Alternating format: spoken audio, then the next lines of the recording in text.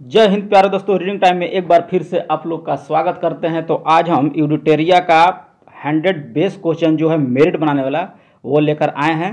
तो आज का पहला क्वेश्चन देखते हैं कि आज का पहला क्वेश्चन क्या बोल रहा है। आज का पहला क्वेश्चन कह रहा है कि सिमुक निम्न वंशों में से किसका संस्थापक था। तो सिमुक जो था ये सातवाहन वंश का संस्थापक था। अगला क्वेश्चन कह रहा है कि कौन सा सुमेलित नहीं यानी कि मैच कह रहा है। उदयगिरि गुफा अभिलेख जो है चंद्रगुप्त द्वितीय से था। उदयगिरि गुफा अभिलेख का संबंध चंद्रगुप्त द्वितीय से था। मत्सौर अभिलेख का संबंध जो है मालवा नरेश यशोवर्मन से था। और यहोल अभिलेख का संबंध जो है पुलकेशिन द्वितीय से था। इनमें से आंसर इसका हो जाएगा इनमें से सभी, यानी कि कोई सुमेलित नहीं है। अगला क्वेश्चन कह रहा है कि इत्संग भारत की यात्रा पर कब आया था। तो ये आया था 7वीं शताब्दी में इत्संग जो है भारत की यात्रा पर आया था। अगला है कि तंजौर का राजा राजेश्वर मंदिर का निर्माण किसने करवाया था। तो ये जो है राजा राज प्रथम के द्वारा कराया गया था राजेश्वर मंदिर का निर्माण। ये कहाँ है, तंजौर में स्थित है। और यह शिव मंदिर है, किस भगवान का है, तो शिव भगवान का, यानी कि शिव जी का मंदिर है। और चोल साम्राज्य का अधिक विस्तार जो है राजा राज प्रथम के शासन काल में ही किया गया था। अगला है 5 नंबर कि निम्नलिखित में से अद्वैत वेदांत के अनुसार किसके द्वारा मुक्ति प्राप्त की जा सकती है। तो ये ज्ञान के माध्यम से मुक्ति प्राप्त की जा सकती है। अगला है कि चंद्रगुप्त द्वितीय के दरबार में नवरत्न में से कौन शामिल नहीं थे। तो ये हो जाएगा पतंजलि। पतंजलि जो थे ये आपका शुंग के समय में था। बेताल भट्ट, धन्वंतरी, कालिदास और एक अमर सिंह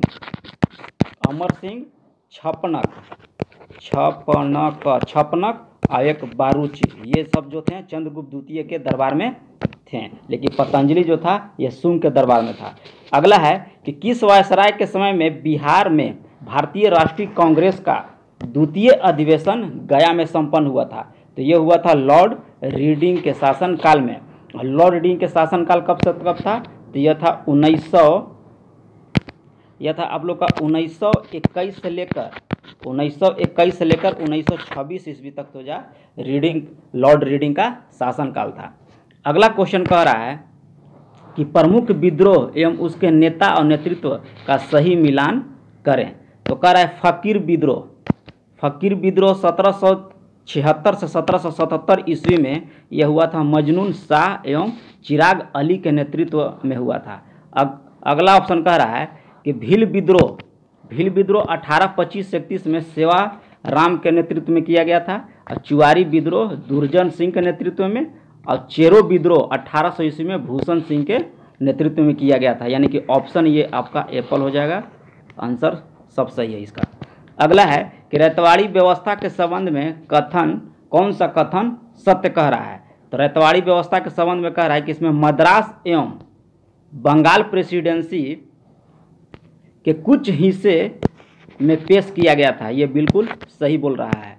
अगला ऑप्शन कह रहा है 2 नंबर कि थॉमस मुनरो का मौलिक विचार था। बिल्कुल सही है। अगला है कि इस व्यवस्था में किसानों में सीधा लगान लिया जाता था। ये भी सही है।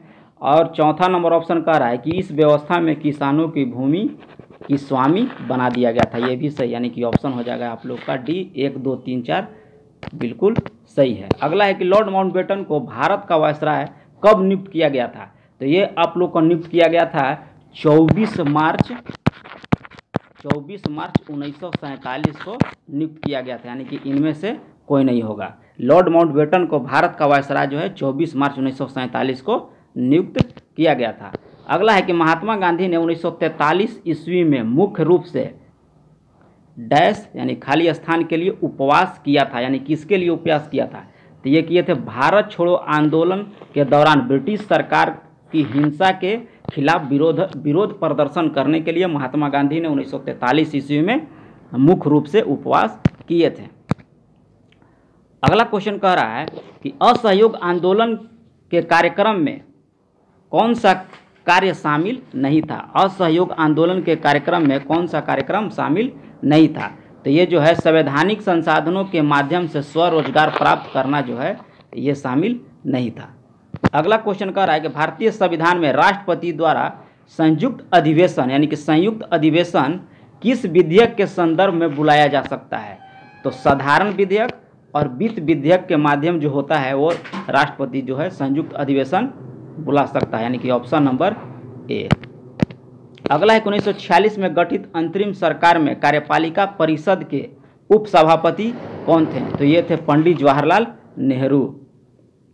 अगला क्वेश्चन का रहा है 15 नंबर कि भारत के मूल संविधान में राज्यसभा सदस्यों के लिए कार्यकाल निर्धारित किया गया था, यानी कि जब संविधान बना था उस समय कुछ निर्धारित नहीं किया गया था कि राज्यसभा का सदस्यों का कार्यकाल कितना होगा। यह जनप्रतिनिधि अधिनियम 1951 के अनुसार इसकी अवधि 6 वर्ष निर्धारित की गई थी। किसकी? राज्यसभा सदस्यों की जो कार्यकाल है वो जनप्रतिनिधि अधिनियम 1951 के आधार पर अवधि जो इसका 6 वर्ष निर्धारित किया गया था, न कि मूल संविधान में इसका निर्धारण किया गया था। अगला है 16 नंबर क्वेश्चन कि निम्नलिखित में से भारतीय संविधान के अंतर्गत समान नागरिक संहिता का उपबंध शामिल है? तो यह है नीति निर्देशक तत्व में, और नीति निर्देशक तत्व जो है यह भाग 4 में है। और नीति निर्देशक तत्व पूछेगा अनुच्छेद 36 से 51 जो है यह नीति निर्देशक तत्व का है, और भाग 4 याद रखिएगा। और नागरिक संहिता को उपबंध जो है नीति निर्देशक तत्व के अंतर्गत आते हैं। अगला कह रहा है कि निम्नलिखित में से किस निकाय को भारतीय संविधान में उल्लेख नहीं किया गया है? तो ये जो है क्षेत्रीय परिषद का उल्लेख जो है भारतीय संविधान में नहीं किया गया है। अगला कह रहा है कि उच्च न्यायालय के मुख्य क्षेत्राधिकार निम्नलिखित में से कौन से सही नहीं है? तो ये परमोशदात्री क्षेत्राधिकार जो है ये सही नहीं है। अब ये जो है अनुच्छेद 34 के अंतर्गत आता है। परमोशदात्री क्षेत्राधिकार जो है अनुच्छेद 143 के अंतर्गत आता है। अगला क्वेश्चन कह रहा है कि किस राज्य में विधान परिषद नहीं है? तो विधान परिषद जो है कुल 6 राज्यों में स्थित है, तमिलनाडु में स्थित नहीं है, यानी कि महाराष्ट्र, आंध्र प्रदेश, कर्नाटक, यूपी, बिहार ये सब में स्थित है, शामिल है विधान परिषद। अगला है कि पंचायत चुनाव कराने का निर्णय किसके द्वारा किया जाता है? तो ये जो है आपको राज्य सरकार के द्वारा पंचायत चुनाव किया जा सकता है। अनुच्छेद 243 के अंतर्गत जो है पंचायत चुनाव का निर्णय करने का अधिकार जो है कराने का राज्य सरकार को दिया गया है। अगला है कि भारत के सर्वोच्च न्यायालय के कार्यवाहक मुख्य न्यायाधीश की नियुक्ति कौन करता है? तो ये करता है राष्ट्रपति। अनुच्छेद 126 के तहत जो है कार्यवाहक अनुच्छेद 126 के तहत नियुक्त किया जाता है। अगला कह रहा है कि निम्नलिखित में से कौन संविधान संशोधन की 8वीं अनुसूची के भाषाओं में संबंधित नहीं है? तो यह है 36वां संविधान संशोधन 1975। ये शामिल नहीं है, बल्कि यह सिक्किम राज्य से संबंधित है। 21वां संविधान संशोधन 1967 ईस्वी के द्वारा सिंधी भाषा को शामिल किया गया था। किस भाषा को? सिंधी भाषा को 21वां संविधान संशोधन 1967 के द्वारा। और 71वां संविधान संशोधन 1992 ईस्वी के द्वारा कोंकणी, मणिपुरी और नेपाली को शामिल किया गया था। और 92 संविधान संशोधन 2003 ईस्वी के द्वारा मैथिली, बोडो, संथाली और डोगरी को शामिल किया गया था। अगला क्वेश्चन कह रहा है कि एशियाई जंगली गधा कहाँ पाया जाता है? तो ये पाया जाता है आपका कच्छ के रण में जो है एशियाई जंगली गधा पाया जाता है। अगला कह रहा है कि विश्व मौसम विज्ञान संगठन का मुख्यालय कहाँ स्थित है? तो विश्व मौसम विज्ञान संगठन का मुख्यालय जिनेवा में स्थित है। और विश्व मौसम विज्ञान संगठन की स्थापना जो है 1950 ईस्वी में किया गया था। अगला 25 नंबर है कि किस बायोम में सबसे कम तापांतर पाया जाता है? तो सबसे कम तापांतर जो है ये पाया जाता है आपको मानसून वन बायोम में पाया जाता है। 26 नंबर क्वेश्चन कह रहा है कि निम्न में से किस शहर को निरंतर बहने वाले झरने का शहर कहा जाता है? तो ये कहा जाता है क्योटो को। हवा वाला शहर पूछेगा, हवा वाला शहर या गार्डन सिटी के नाम से शिकागो का जाना जाता है। हवा वाला शहर और गार्डन सिटी के नाम से शिकागो को जाना जाता है। अगला है कि गोल्फ गेंद की वजन कितनी है? तो ये हो जाएगा 45.94 ग्राम जो है गोल्फ का गेंद का जो वजन होता है वो होता है 45.94 ग्राम होता है। अगला क्वेश्चन कह रहा है अगला क्वेश्चन कह रहा है कि वाचस्पति पुरस्कार किस क्षेत्र में दिया जाता है। वाचस्पति पुरस्कार जो है ये दिया जाता है आपको संस्कृत के क्षेत्र में दिया जाता है। अब इसकी स्थापना जो है 1992 ईस्वी में किया गया था। अगला क्वेश्चन कह रहा है कि निम्न में से किस व्यक्ति को गुरु जी के उपनाम से जाना जाता है। तो एम.एस. गोलवकर को गुरु जी के नाम से, और गुरुदेव कहेगा तो रविंद्रनाथ टैगोर को गुरुदेव के नाम से, और मदन मोहन मालवीय को कहा जाता है, इनको महामाना के नाम से मदन मोहन मालवीय को, और चक्रवर्ती राजगोपालचारी को राजा जी के नाम से कहा जाता है, पुकारा जाता था राजा जी। अगला है कि लीम नूरा लीमा किस राज्य की प्रमुख लोक नृत्य है। तो ये आपका हो जाएगा नागालैंड का। लीम और नूरा लीम जो है किस राज्य का प्रमुख लोक नृत्य है। तो ये हो जाएगा आपको नागालैंड का। वहीं मेघालय का होता है लाहो और बांग्ला नृत्य जो है वो मेघालय की है। और एक पूछता है गणगौर पूछेगा तो ये हो जाएगा राजस्थान का, और लाहो और बांग्ला मेघालय का, और लीमा और नूरा लीमा ये हो जाएगा आपका नागालैंड का। अगला क्वेश्चन कह रहा है कि केंद्रीय खनन अनुसंधान संस्था कहाँ स्थित है। तो ये हो जाएगा आपका धनबाद। प्लाज्मा अनुसंधान पूछेगा तो ये हो जाएगा आपका जमशेदपुर। प्लाज्मा अनुसंधान केंद्र पूछेगा तो हो जाएगा आपका जमशेदपुर। और ईंधन पूछेगा, ईंधन अनुसंधान केंद्र, तो ये आपका हो जाएगा ये जादूगोड़ा। अगला है कि भारतीय औद्योगिक विकास बैंक IDBI की स्थापना कब की गई थी। तो यह किया गया था 1964 में किया गया था। अगला है 33 नंबर की मेघालय के नए राज्यपाल कौन बने हैं। तो ये बने हैं P चौहान जो है मेघालय के नए राज्यपाल नियुक्त किए गए हैं। शैली ऐप को किस सरकार के द्वारा जारी किया गया था, किस सरकार के द्वारा जारी किया गया है। तो शैली ऐप जो है केरल सरकार के द्वारा जारी किया गया है। अगला है कि दस्तलिक 4 युद्ध अभ्यास 2023 का आयोजन कहाँ किया गया था। तो ये आपका किया गया था राजस्थान में, 2023 में राजस्थान। और वहीं दस्तलिक 2022 में पूछेगा तो ये हो जाएगा उत्तराखंड। और दस्तलिक युद्ध अभ्यास जो है यह भारत और यानी कि इंडिया और उज्बेकिस्तान के बीच होता है। दस्तलिक युद्ध अभ्यास जो है भारत और उज्बेकिस्तान के बीच होता है। और 2023 में इसका आयोजन जो है राजस्थान में, और 2022 में पूछेगा तो उत्तराखंड में किया गया था। अगला है 36 नंबर कि जल संरक्षण पर पहला अखिल भारतीय शिखर सम्मेलन का आयोजन नई दिल्ली में किया गया था। इसका विषय क्या था। तो इसका विषय जो था यह था आपका वाटर विजन @ 2047 था। और पहला जल संरक्षण का पहला अधिवेशन जो हुआ था, सम्मेलन हुआ था, वह था 5 जनवरी 2023 को हुआ था। अगला क्वेश्चन कह रहा है कि अर्जुन अवार्ड 2022 से सम्मानित श्री अमित का संबंध किस खेल से था। तो ये था आपका बॉक्सिंग से। और अर्जुन अवार्ड में कुल 25 प्लेयर को यह पुरस्कार दिया गया। अर्जुन पुरस्कार जो है 25 प्लेयर को दिया गया है। अगला है कि राजा राम मोहन राय को 2023 में किससे सम्मानित किया गया है, यानी कि राजा राम मोहन राय पुरस्कार 2023 से किससे सम्मानित किया गया है। तो ये सम्मानित किया गया है आपको BK प्रसाद को। अगला है 39 नंबर क्वेश्चन कि राष्ट्रमंडल खेल 2022 में सबसे कम उम्र के एथलेटिक कौन बने थे। क्वेश्चन कह रहा है कि राष्ट्रमंडल खेल 2022 में सबसे कम उम्र के एथलीट कौन बने थे। तो ये हो जाएगा आपको अनाहत सिंह जो है सबसे कम उम्र के एथलेटिक थे, और वे स्क्वैश खेल से संबंधित थे। किस खेल से। स्क्वैश खेल से संबंधित है। अगला क्वेश्चन कह रहा है कि किस खिलाड़ी के नाम पर रायबरेली स्थित हॉकी स्टेडियम का नाम रखा गया है। तो यह रानी रामपाल के नाम पर रखा गया है। 41 नंबर क्वेश्चन कह रहा है कि वर्ष 2023 में किसे एबल पुरस्कार से सम्मानित किया गया था। लुइस कैफेरेली को जो है सम्मानित किया गया है, और यह गणित के क्षेत्र में दिया जाता है। एबल पुरस्कार जो है यह गणित के क्षेत्र में दिया जाता है। अगला है कि किसने कॉल बिफोर यू डिग नाम से ऐप जारी किया था। तो ये किया था नरेंद्र मोदी ने। कॉल बिफोर यू डिग के नाम से एक ऐप जारी किए थे, और ये ऐप जो है सड़क खुदाई से संबंधित है। इस ऐप जो है सड़क खुदाई से संबंधित है।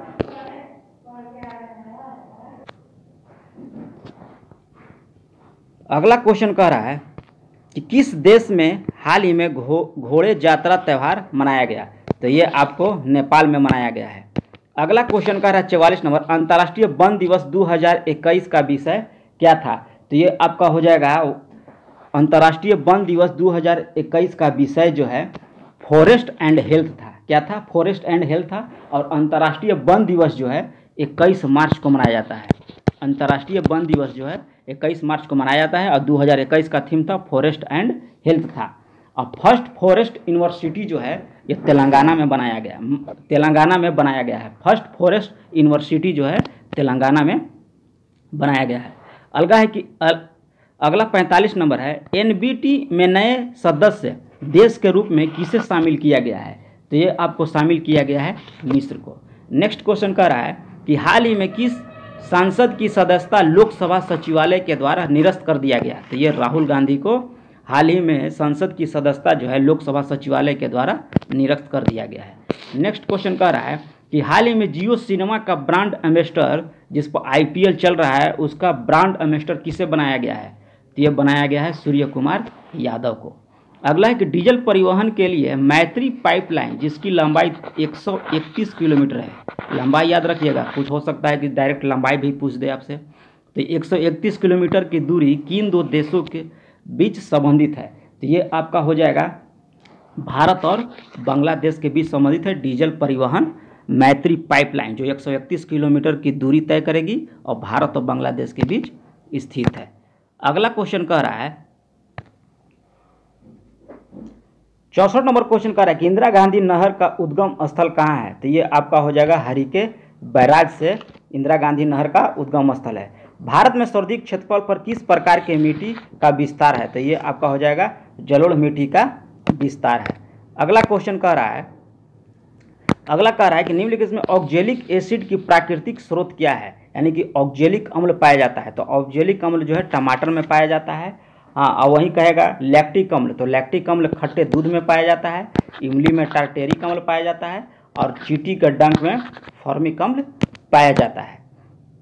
अगला कह रहा है कि लुई पास्चर को किस स्रोत के लिए जाना जाता है? तो लुई पास्चर जो है ये रेबीज के टीके की खोज जो है लुई पास्चर के द्वारा किया गया था और पोलियो का टिकट जो है ये टीका जो है एडवर्ड जेनर के द्वारा। तो ऑप्शन हो जाएगा आप लोग का डी। पौधे में ऊर्जा का अंतिम स्रोत क्या है? तो ये हो जाएगा सूर्य का प्रकाश जो है पौधे में ऊर्जा का अंतिम स्रोत है। अगला क्वेश्चन कह रहा है कि निम्नलिखित में से किस पौधे में पादप में एक हिस्से से दूसरे हिस्से में जल एवं अन्य पदार्थों का संवहन हेतु विशिष्ट ऊतक मौजूद होता है? तो ये आपका हो जाएगा मार्सिलिया ऊतक जो है मौजूद रहता है। चेचक पॉक्स यानी स्मॉल पॉक्स किस वायरस के द्वारा होता है? तो ये होता है बोरिसेला वायरस के द्वारा होता है। अगला क्वेश्चन कह रहा है कि अंडे को अंडाशय से गर्भाशय तक किसके द्वारा ले जाया जाता है? तो ये आपको ले जाया जाता है अंडवाहिनी के माध्यम से जो है अंडे को अंडाशय से गर्भाशय तक लिया जाता है। अब अस्थि कोशिकाएं एक हार्ड मैट्रिक्स में अंतः स्थापित होती है। तो जो निम्न में से किसके बना होता है? तो कैल्शियम और फास्फोरस के द्वारा बना होता है। अगला है कि नेक्स्ट क्वेश्चन कह रहा है कि निम्नलिखित में से कौन सा अंग जो है मनुष्य के उत्सर्जन तंत्र यानी कि एक्सक्रीटरी सिस्टम का भाग नहीं है? तो ये हो जाएगा गर्भाशय। गर्भाशय मनुष्य में उत्सर्जन तंत्र का भाग नहीं होता है। मानव शरीर की सबसे बड़ी धमनियाँ कौन होती है? तो मानव शरीर की सबसे बड़ी धमनियाँ जो है महाधमनियाँ होती है। विज्ञान की वह शाखा कौन सी है जिसका उद्देश्य मानव जनसंख्या अनुवांशिकी गुणवत्ता में सुधार करना है? तो ये हो जाएगा आपको यूजेनिक्स के माध्यम से किया जाता है। नेक्स्ट 76 नंबर क्वेश्चन कर रहा है कोशिका की वह बाह्यतम आवरण कौन सा है जो कोशिका के अवयवों को उसके बाह्य वातावरण से अलग करता है? तो ये हो जाएगा प्लाज्मा झिल्ली जो है कोशिका के अवयव को उसके बाह्यतम वातावरण से अलग करता है। कार्बन, सिलिकॉन, बोरॉन और आर्सेनिक में क्या समानता है? तो ये सभी गैर धातुएं हैं। अगला है आपको 78 नंबर क्वेश्चन कह रहा है कि गर्म करने पर कैल्शियम कार्बोनेट का कैल्शियम ऑक्साइड और कार्बन डाइऑक्साइड में अपघटन निम्नलिखित में से किस अभिक्रिया के द्वारा होता है? तो ये आपका हो जाएगा तापीय विद्युत अवघटन अभिक्रिया के द्वारा कैल्शियम कार्बोनेट का कैल्शियम ऑक्साइड और कार्बन डाइऑक्साइड में अपघटन हो जाता है। नेप्थुलिन को सिरके में डालने पर घोल जो है उसका लिक्विड कैसा हो जाता है, तो ये जो है रंगहीन हो जाता है। 80 नंबर क्वेश्चन कह रहा है कि संतृप्त हाइड्रोकार्बन कौन सा है, तो संतृप्त हाइड्रोकार्बन हो जाता है मीथेन, अब इसके साथ एक हो जाएगा एथेन और एक होता है प्रोपेन, यानी कि मीथेन, एथेन और प्रोपेन जो है संतृप्त हाइड्रोकार्बन होता है। 81 नंबर क्वेश्चन कह रहा है कि सोने को तांबा के साथ किस लिए मिश्र धातु किया जाता है, मिश्रित किया जाता है, यानी कि सोना में तांबा मिलाने से क्या प्राप्त हो जाएगा, तो ये सोने को कठोर बनाने के लिए जो है तांबा को मिलाया जाता है। धातु उभयधर्मी ऑक्साइड है, कौन सी धातु जो है उभयधर्मी ऑक्साइड है, तो ये आपका हो जाएगा Zn और एक होता है एल्युमिनियम। ये दोनों जो है धातु उभयधर्मी ऑक्साइड है, उभयधर्मी ऑक्साइड बना सकती है। जल शोधन के लिए किसका प्रयोग किया जाता है, तो जल शोधन के लिए एलम का प्रयोग किया जाता है। एलम का जो रासायनिक सूत्र होता है K2SO4 Al2SO4 का होल्थराइज होता है। डाल्टन का सिद्धांत निम्नलिखित में से किस नियम पर आधारित है, तो यह है रासायनिक संयोजन के नियम पर आधारित है डाल्टन का सिद्धांत। अगला 85 नंबर कह रहा है कि निम्नलिखित में से कौन सी विशेषता एक आदर्श ट्रांसफार्मर में होती है, तो आदर्श ट्रांसफार्मर में जो होती है कुंडलनों का प्रतिरोध नहीं होता है, बिल्कुल सही है। क्रोड में किसी प्रकार की हानि नहीं होती है और क्रोड में अंत परामग्यता यानी कि चुंबकशीलता होती है, ये भी सही, यानी कि इनमें से सभी हो जाएगा। अगला है कि एक कंडक्टर का प्रतिरोध किसके व्युत्क्रमानुपाती होता है, तो ये होता है अनुप्रस्थ भाग के क्षेत्रफल के व्युत्क्रमानुपाती होती है। 87 नंबर का है कि जी के मान यानी कि गुरुत्वाकर्षण का मान का SI और पूछ रहा है कि और किसका SI जो है बराबर होता है, तो ये होता है त्वरण का, यानी कि त्वरण का मात्रा क्या हो जाएगा मीटर प्रति सेकंड स्क्वायर होता है और जी का भी मान भी मीटर प्रति सेकंड स्क्वायर होता है। अगला क्वेश्चन कह रहा है 88 नंबर बोल रहा है कि हवा की गति को मापने के लिए किस उपकरण का उपयोग किया जाता है, तो हवा की गति को मापने के लिए एनीमोमीटर का प्रयोग किया जाता है। अगला है 89 नंबर कि वायु प्रतिरोध को नगण्य माने तो मुक्त रूप से गिरते हुए पिंड की स्थितिज ऊर्जा और गतिज ऊर्जा का योग क्या होगा, तो ये हो जाएगा आपका स्थिर हो जाएगा। नेक्स्ट 90 नंबर क्वेश्चन कह रहा है कि निम्नलिखित में से कौन सी ऊर्जा जो है इकाई के साथ बढ़ता या घटता है, तो ये स्थितिज ऊर्जा जो है ऊंचाई के साथ घटता या बढ़ता है। डेयरी में प्रयोग किए जाने वाले दूध से क्रीम को अलग करने की प्रक्रिया को क्या कहते हैं, तो इसको बोला जाता है अपकेंद्रीकरण प्रक्रिया, जो है दूध से क्रीम को अलग किया जाता है अपकेंद्री प्रक्रिया के माध्यम से। भारतीय बैंकों की विदेशों में सर्वाधिक शाखाएं किस देश में है, तो ये हो जाएगा आपका यूके में सर्वाधिक शाखाएं हैं। यदि किसी मृदा का विनिमय मूल्य और अन्य मुद्रा की तुलना में जानबूझकर काम कर दिया जाता है तो इस मुद्रा को क्या कहते हैं, तो इसको मुद्रा को कहा जाता है अवमूल्यन। अगला है कि सीमांत उत्पादन के संबंध में कौन सा कथन सत्य है, तो यह शून्य हो सकता है, बिल्कुल सही कह रहा है। सीमांत उत्पादन शून्य हो भी सकता है और ऋणात्मक भी हो सकता है, यानी कि 1 और 2 दोनों कथन सही है। 95 नंबर क्या कह रहा है, 95 नंबर क्वेश्चन कह रहा है कि किस पंचवर्षीय योजना का मूल उद्देश्य तीव्र एवं समावेशी था, तो ये आपका हो जाएगा 11वीं पंचवर्षीय योजना का जो उद्देश्य था तीव्र और समावेशी था। अब हम लोग देखते हैं कुछ मैथ का क्वेश्चन है, तो 96 नंबर में कह रहा है कि धन के कितना प्रतिशत ब्याज की दर से 15 वर्ष में वह तिगुना हो जाएगा, यानी कि तिगुना, यानी कि मिश्रधन कितना कह रहा है 3 गुना हो जाएगा। तो हम मान लेते हैं कि मूलधन मेरा 100 है, मूलधन मेरा कितना है 100 है और कह रहा है कि 3 गुना हो जाएगा, अब मिश्रधन हो जाएगा आपको कितना 300। जब 3 गुना कह रहा है मूलधन का, तो मूलधन जब हम माने हैं 100 तो मिश्रधन कितना हो जाएगा 300। तो जब मिश्रधन 300 है मूलधन 100 है तो ब्याज आपको कितना मिल जाएगा, ब्याज आपको मिल जाएगा 200 रुपया, ठीक है 200 मिल जाएगा। तो यहाँ ब्याज बराबर सूत्र क्या होता है 200, ब्याज बराबर होता है मूलधन इंटू आर, जबकि आर आपको निकालना है और वर्ष यानी कि टाइम हो जाएगा 15 और बटे में 100, यहाँ से कटा दीजिएगा तो आपको आंसर जो आपको मिल जाएगा 33:1/3 आंसर आ जाएगा। अगला क्वेश्चन कह रहा है कि रामू एक पुराना स्कूटर 4700 रुपये में खरीद सकता है और 8000 रुपये में उसकी मरम्मत पर खर्च करता है और वह स्कूटर को 5800 रुपये में बेच देता है, तो लाभ प्रतिशत ज्ञात कीजिए। यानी कि हम 4700 में खरीदें और 800 रुपया उस पर और लगा के उस पर मरम्मत कराएं, यानी कि टोटल खर्च मेरा कितना हो जाएगा 5500 और बेचे हम कितना में 5800 में। हमको फ़ायदा कितना हो रहा है, लाभ 300 रुपया में। तो कितना में लाभ हो रहा है, यानी कि 5500 में लाभ हो रहा है ना, इंटू 100। अब यहाँ इसको काट देंगे तो आपका आंसर जो है 5:5/11 हो जाएगा, यानी कि आपका ऑप्शन हो जाएगा एप्पल। कौन सा हो जाएगा, एप्पल हो जाएगा आंसर। अगला है 98 नंबर कि एक बस कोई यात्रा 5 घंटे में पूरा करती है, वह यात्रा का 2/3 भाग जो है 40 किलोमीटर प्रति घंटा की चाल से और शेष भाग जो है 60 किलोमीटर प्रति घंटा की चाल से चलती है। तो कुल यात्रा की लंबाई क्या है, तो लंबाई मान लेते हैं हम कि दूरी टोटल जो है x है।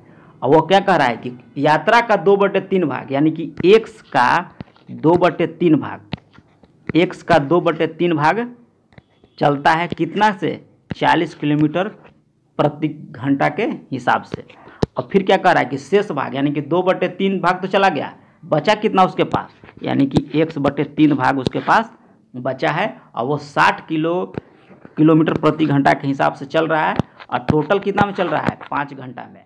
यहाँ समझिए ये है d, यानी कि दूरी, और बटे में हो जाएगा चाल, प्लस फिर दूरी बटे में चाल, अब पूरा हो जाएगा टोटल समय। सूत्र होता है ना, चाल बराबर होता है दूरी बटे समय। और यहाँ से आप लोग x का मान निकाल लीजिएगा, वही आपका आंसर हो जाएगा। तो x का मान आपको कितना हो जाएगा आपका 2225 जो है ये आ जाएगा आंसर। निकाल के देखिएगा, आ जाएगा। अगर नहीं आएगा तो कमेंट बॉक्स पर लिखिएगा कि सर जी फिर से बता दीजिए, तो हम फिर से उसको एक सफ़ेद पेज पर लेकर बना देंगे। अगला देखिए क्वेश्चन कह रहा है कि किसी संख्या का जिसका सैकड़ा दहाई और इकाई का अंक क्रमशः 7, 4, 5 दिया गया है, बाद में अंक बढ़ा दिया गया, तो पुरानी संख्या तथा नई संख्या का अंतर ज्ञात कीजिए। यानी कि देखिए क्या कह रहा है, इकाई यानी कि 7, 4, 5 दिया है, इसमें से एक अंक बढ़ा दिया गया, यानी कि 7, 4, 5 और 1। अब इसमें से कह रहा है कि 7, 4 और 5 घटा दीजिए, और जितना घटाने के बाद आएगा वही आपका आंसर हो जाएगा। तो ये हो जाएगा आपका 6706। अगला है x, देखिए यहाँ पे आप लोग सुधार दीजिएगा, यहाँ x नहीं होगा, यहाँ हो जाएगा आप लोग का x और यहाँ हो जाएगा y।